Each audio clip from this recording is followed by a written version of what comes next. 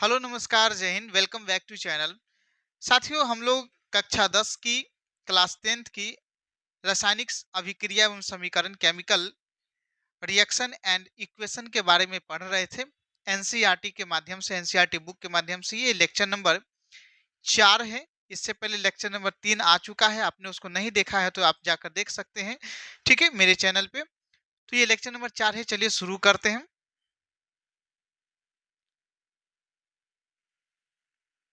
तो इस लेक्चर में हम लोग क्रियाकलाप 1.6 के बारे में पढ़ेंगे।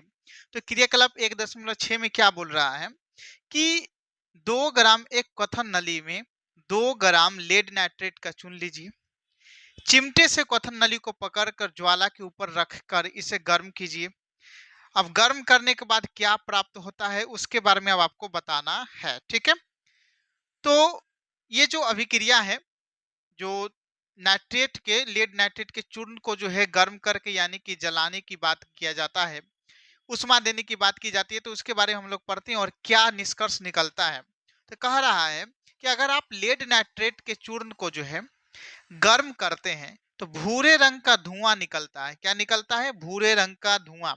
याद रखिएगा कि जब पहला नंबर की जो लेड नाइट्रेट होता है, लेड नाइट्रेट का सूत्र क्या होता है? तो PbNO3 का होल ट्वाइस PbNO3 का होल ट्वाइस। ठीक है, ये लेड नाइट्रेट का सूत्र होता है, याद रखिएगा कि PbNO3 का होल ट्वाइस जो है ये लेड नाइट्रेट का सूत्र है।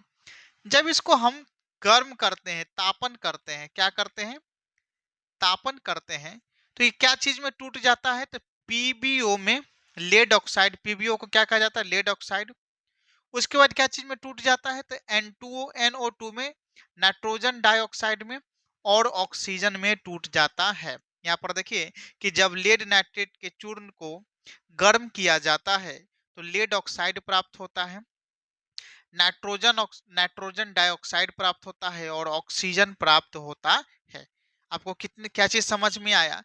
क्रियाकलाप क्या बोल रहा है? ये क्रियाकलाप बहुत ही ज्यादा इंपॉर्टेंट होता है। यहाँ से प्रश्न बनता है कि जब लेड नाइट्रेट के चूर्ण को तापन किया जाता है तो क्या प्राप्त होता है।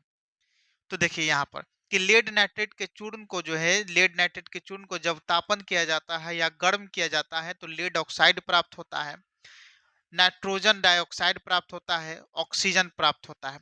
सबसे पहला नंबर बात हमको ये बताइए, सबसे पहला नंबर बात ये बताइए कि ये कौन सी अभिक्रिया हो गई? संयोजन। अभी तक दो अभिक्रिया हम लोग समझ चुके हैं, एक समझे हैं संयोजन, एक संयोजन अभिक्रिया समझे हैं और एक समझे हैं दूसरा वियोजन। कौन सी अभिक्रिया समझे हैं? तो वियोजन। तो ये संयोजन अभिक्रिया है या वियोजन अभिक्रिया है? तो संयोजन में क्या बोले थे? संयोजन में बोले थे कि दो मिलकर एक हो जाता है। संयोजन में क्या बोले थे? कि दो मिलकर एक हो जाता है।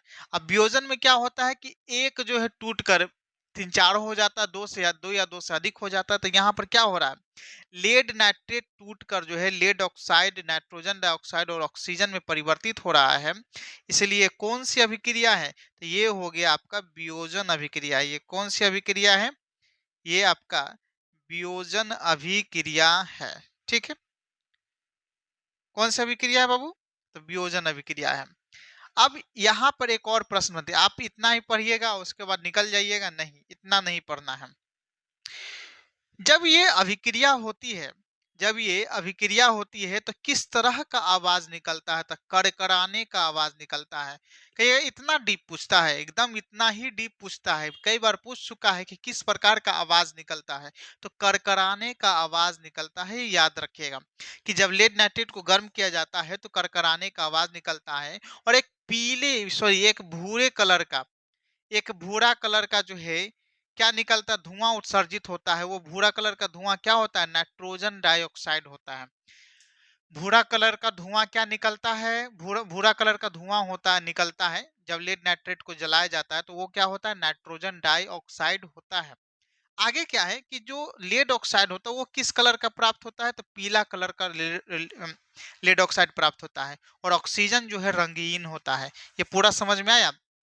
ये बात याद रखिएगा कि ऑक्सीजन हमेशा रंगहीन होता है। ठीक है, यहाँ पर दिया हुआ है कि लेड नाइट्रेट का तापन तथा नाइट्रोजन डाइऑक्साइड का यहाँ पर उत्सर्जन हो रहा है। एक बार शॉर्ट से आपको बता देते हैं कि जब लेड नाइट्रेट यानी कि PbNO3 के हॉल ट्वाइस को गर्म किया जाता है तो लेड ऑक्साइड पीला कलर का प्राप्त होता है। नाइट्रोजन डाइऑक्साइड जो कि गैस के रूप में धुआं के रूप में निकलता है वो भूरे कलर का होता है, और ऑक्सीजन प्राप्त होता है जो कि रंगहीन होता है। चलिए, अब जो है यहाँ पर एक और अभिक्रिया दिया गया है जो हमें जल का विद्युत अपघटन को समझाएगा। जल के विद्युत अपघटन को समझाएगा कि जल का विद्युत अपघटन क्या होता है। ठीक है, तो यहाँ पर क्या कह रहा है कि एक प्लास्टिक का मग लिए, एक यहाँ पर प्लास्टिक का मग लिया है, इसकी तली में 2 छिद्र करके उसमें उसमें रबर का डॉट लगा दीजिए। तली में 2 छिद्र करके रबर का डॉट लगा दीजिए जिससे पानी बाहर नहीं निकलेगा।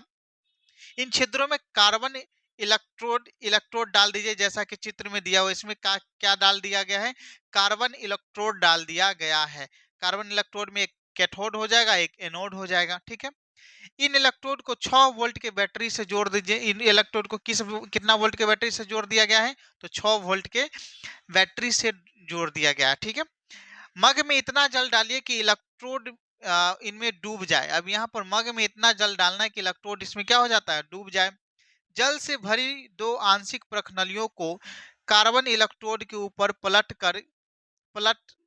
उल्टा करके रख दीजिए। जल से भरी 2 प्रखनली को क्या कर दिया गया? जो शीशा वाला प्रखनली होता है, ये कार्बन इलेक्ट्रोड के उल्टा करके रख दिया गया। ठीक है, चलिए, अब विद्युत धारा प्रवाह। अब क्या कर रहा है कि यहाँ बैटरी से जो है ना विद्युत धारा प्रवाहित कीजिए।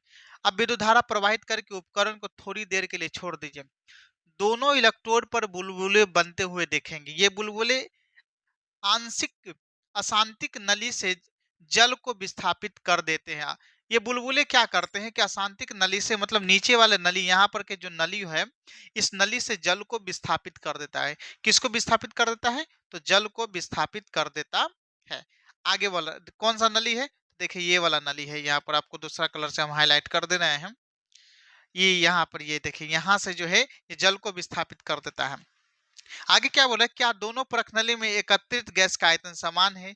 जब दोनों प्रखनलियां गैस से भर जाए तब उन्हें सावधानी पूर्वक हटा लीजिए। जलती हुई मोमबत्ती को दोनों प्रखनली के मुंह पर आ, लाकर इन गैसों की जांच कीजिए। सावधानी, इस चरण को शिक्षक के सावधानी पूर्वक चाहिए। और दोनों स्थिति में क्या होगा? दोनों प्रखनली में गैस की उपस्थिति क्या होगी? ठीक है, तो ये जो इलेक्ट्रोलाइट है, जल विद्युत अपघटन है, इसके बारे में यहाँ पर दिया हुआ है। तब इसको समझते हैं कि ऐसा क्या होता है। देखिए, जब ये 2 कार्बन, ये देखिए यहाँ पर 2 कार्बन का क्षण है, ये कार्बन का क्षण है, ये एक कार्बन का क्षण है। एक है एनोड, एक है कैथोड। एक है एनोड और एक है कैथोड। अब इसमें क्या है कि ऊपर से ये डाल दिया गया है परखनली। परखनली शीशा का जो परखनली होता है, वो शीशा का ऊपर से ये परखनली डाल दिया गया है, और इसमें भर दिया गया पानी। इतना पानी भर दिया गया कि कार्बन का ये क्षण जो है ना डूब जाए। इतना पानी भर दिया गया है कि कार्बन का क्षण क्या हो जाए? डूब जाए। ठीक है, अब क्या कर रहा है कि अब जब डूब जाएगा, पूरा सिस्टम बना दिया है, तो नीचे से जो है ना विद्युत धारा 6 वोल्ट के बैटरी से, ये स्विच के माध्यम से, यहाँ पर ये स्विच है, ठीक है, स्विच का ये चिन्ह होता है, तो स्विच है, ये स्विच के माध्यम से जो है यहाँ पर विद्युत धारा प्रवाहित किया जाता है। अब जब प्रवाहित किया जाता है तो आप देखिएगा कि यह परखनली के यहाँ पर जो है ना बुलबुला बन रहा है। ठीक है, बुलबुला बनने का मतलब क्या हो गया? तो बुलबुला बनने का मतलब ये हो गया गैस बन रहा है। बुलबुला, पानी में बुलबुला कब बनता है? जब गैस बनता है। तो बुलबुला बन रहा है और गैस, मतलब यहाँ पर गैस बन रहा है और नीचे से पानी को विस्थापित कर दे रहा है। यहाँ पर देखिए, यहाँ पर से पानी को क्या कर दिया जा रहा है? विस्थापित। यहाँ नीचे के पानी को ऊपर बुलबुला के माध्यम से ले जा रहा है। तो जब विस्थापित कर दे रहा है तो यहाँ पर जो है, अब क्या है कि ये जो बन रहा है बुलबुला, तो ये यहाँ पर कौन कौन सा गैस बन रहा है? तो सबसे पहले यहाँ पर जो एनोड और कैथोड है, कार्बन का है। कार्बन यानी कि ग्रेफाइट रॉड है। कार्बन मीन्स ग्रेफाइट रॉड है, क्योंकि ग्रेफाइट जो है कार्बन का ही अप्रूप है। तो ये तो ग्रेफाइट रॉड है। ये प्रखनली जल वगैरह सब हो गया। तो आपको इतना याद रखना है कि जब जल का विद्युत अपघटन होता है, जब जल का विद्युत अपघटन होता है तो एनोड पर ऑक्सीजन गैस बनता है और कैथोड पर जो है हाइड्रोजन गैस बनता है। यही 2 पॉइंट आपसे यहाँ पर पूछा जाता है। ठीक है, जब जब जल का विद्युत अपघटन किया जाता है, जब जल में जो है एक कैथोड और एक एनोड डालकर एक कैथोड के छड़ एक एनोड के छड़ डालकर जब उसमें विद्युत धारा प्रवाहित की जाती है तो एनोड पर ऑक्सीजन गैस और कैथोड पर जो है हाइड्रोजन गैस बनता है। इतना आपको याद रखना है। और आपको जानते ही हैं कि जल में ऑक्सीजन और हाइड्रोजन का अनुपात कितना होता है, तो दो दो अनुपात होगा। तो चूंकि H2 है तो यहाँ पर 2 हाइड्रोजन है और 1 ऑक्सीजन है, तो यही याद रखिएगा। तो इस प्रकार से आप जल विद्युत अपघटन को समझ गए हैं कि जल विद्युत अपघटन क्या है। तो यहाँ पर पूरा सिस्टम दिया हुआ है।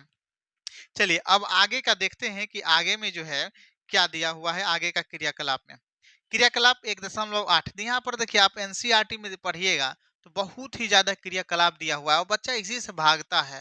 जो कॉम्पिटेटिव एग्जाम वाला होता है ना, इसको देखना भी नहीं चाहता है कि hey, इसमें क्या दिया हुआ है, सिर्फ लाइन बाय लाइन दिया हुआ उसको पढ़ लेते नहीं। अब क्वेश्चन यहीं से आ रहा है और इसको पढ़ना बहुत जरूरी है। चलिए आगे आप देखेंगे कि क्रियाकलाप क्या कर रहा है कि 2 ग्राम सिल्वर क्लोराइड लेने का कह रहा है। अब सिल्वर क्लोराइड का सूत्र क्या होता है, तो याद रखिएगा, सिल्वर क्लोराइड का सूत्र होता है AgCl। सिल्वर क्लोराइड का सूत्र क्या होता है, AgCl। अब इसको क्या कह रहा है कि सूर्य के प्रकाश में रखने के लिए कह रहा है। अब जब सूर्य के प्रकाश में रखेंगे तो क्या होगा, चलिए देखते हैं कि सूर्य के प्रकाश में सिल्वर क्लोराइड धूसर रंग का होकर सिल्वर धातु बनाता है। क्या बनाता है, सिल्वर धातु बनाता है। तब यहाँ पर अभिक्रिया दिया हुआ है कि जब सिल्वर क्लोराइड को AgCl को जो है सूर्य के प्रकाश में रखा जाता है तो अलग एक सिल्वर धातु प्राप्त होता है और क्लोरीन अलग हो जाता है, क्लोरीन गैस बाहर निकल जाता है। समझ में आया। जब सिल्वर क्लोराइड को सूर्य के प्रकाश में रखा जाता है तो सिल्वर धातु प्राप्त होता है और क्लोरीन गैस प्राप्त होता है। अब यहाँ पर कौन सी अभिक्रिया ये है, तो यहाँ पर टूट रहा है, तो टूट रहा है तो वियोजन अभिक्रिया है। कौन सी अभिक्रिया बाबू, तो वियोजन अभिक्रिया है। अच्छा, किसके माध्यम से टूट रहा है, तो सूर्य के प्रकाश के माध्यम से टूट रहा है। तो आपको शुरू में बताए थे कि अभिक्रिया में भी कई गो प्रकार है, अभिक्रिया में भी कई गो प्रकार है, उष्मा के द्वारा, विद्युत के द्वारा, प्रकाश के द्वारा। तो किसके द्वारा टूट रहा है, तो प्रकाश के द्वारा टूट रहा है। तो ये प्रकाशीय वियोजन अभिक्रिया है। ऊपर में जो ये जल जो है टूट रहा था, ऑक्सीजन और जल के मात्रा, यहाँ पर जल का जो है आपस में टूट गया ऑक्सीजन के और हाइड्रोजन में। तो ये किसके माध्यम से टूटा, तो विद्युत के माध्यम से। तो विद्युतीय अपघटन अभिक्रिया हो गया। समझ में आ गया।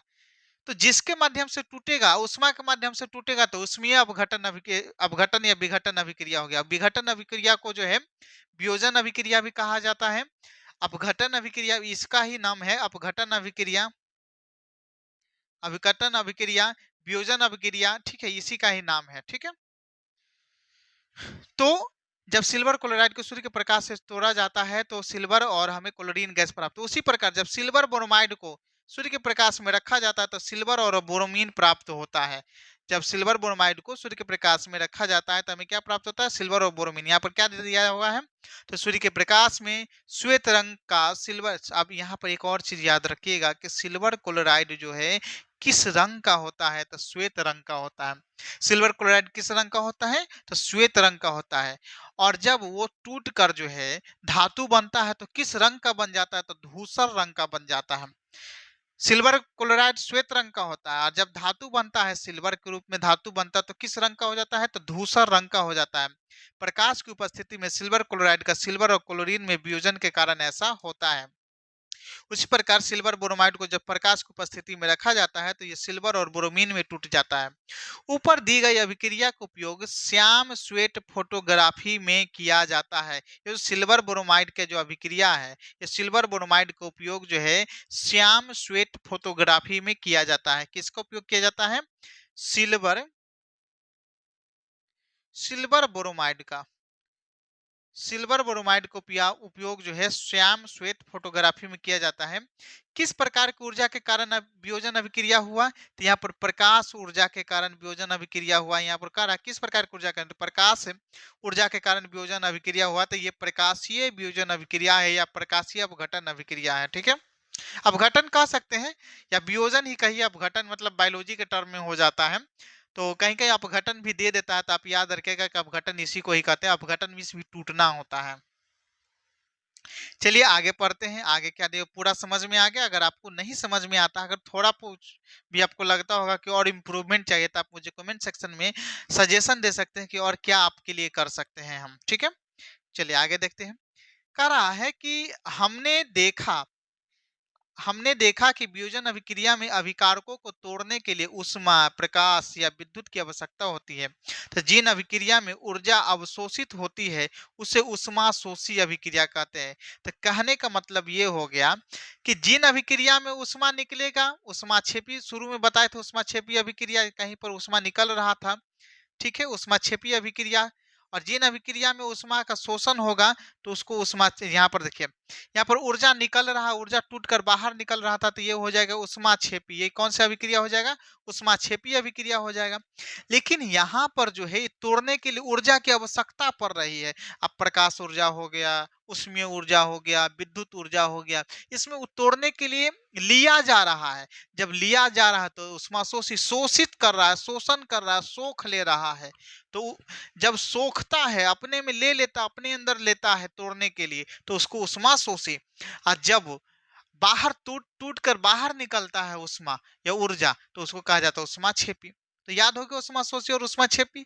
अब यहाँ पर जो है एक और क्रियाकलाप दिया हुआ है कि 2 ग्राम बेरियम हाइड्रोक्साइड का सूत्र क्या, चलिए जैसे जैसे बोल रहा है वैसे हम लोग कर रहे हैं कि बेरियम हाइड्रोक्साइड का सूत्र क्या होता है। तो बेरियम हाइड्रोक्साइड का सूत्र होता है BaOH का होल ट्वाइस, ठीक है।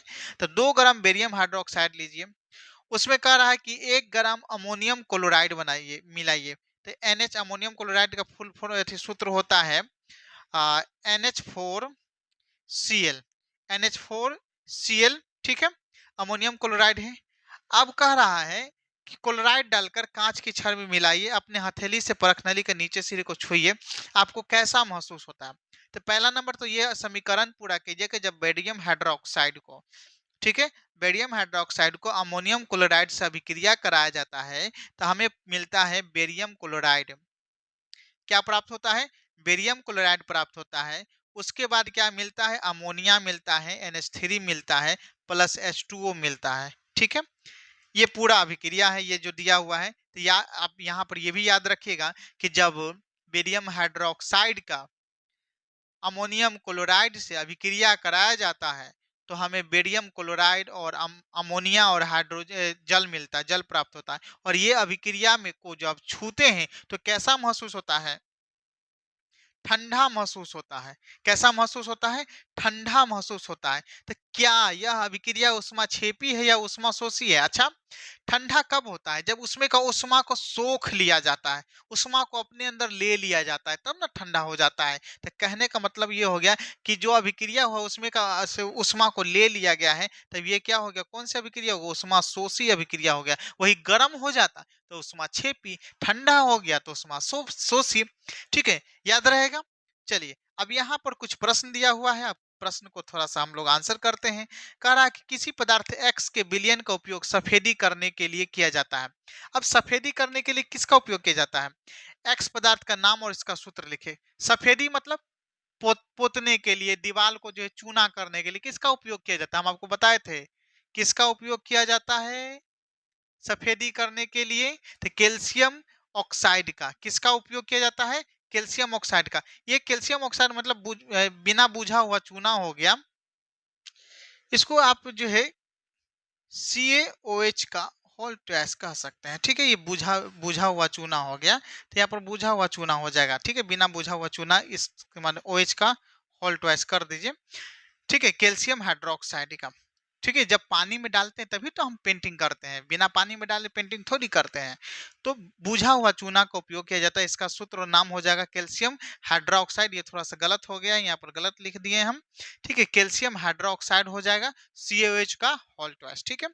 कह रहा है कि ऊपर एक में लिखे X पदार्थ के जल के साथ अभिक्रिया होता है तो क्या होता है? जब इसको जल के साथ अभिक्रिया कराते हैं, अच्छा नहीं, सही ही लिखे हुए हैं ना, यहाँ पर डायरेक्टे पूछ रहा है, ठीक है। जल के साथ बाद में अभिक्रिया करा, अच्छा कोई बात नहीं, ठीक है।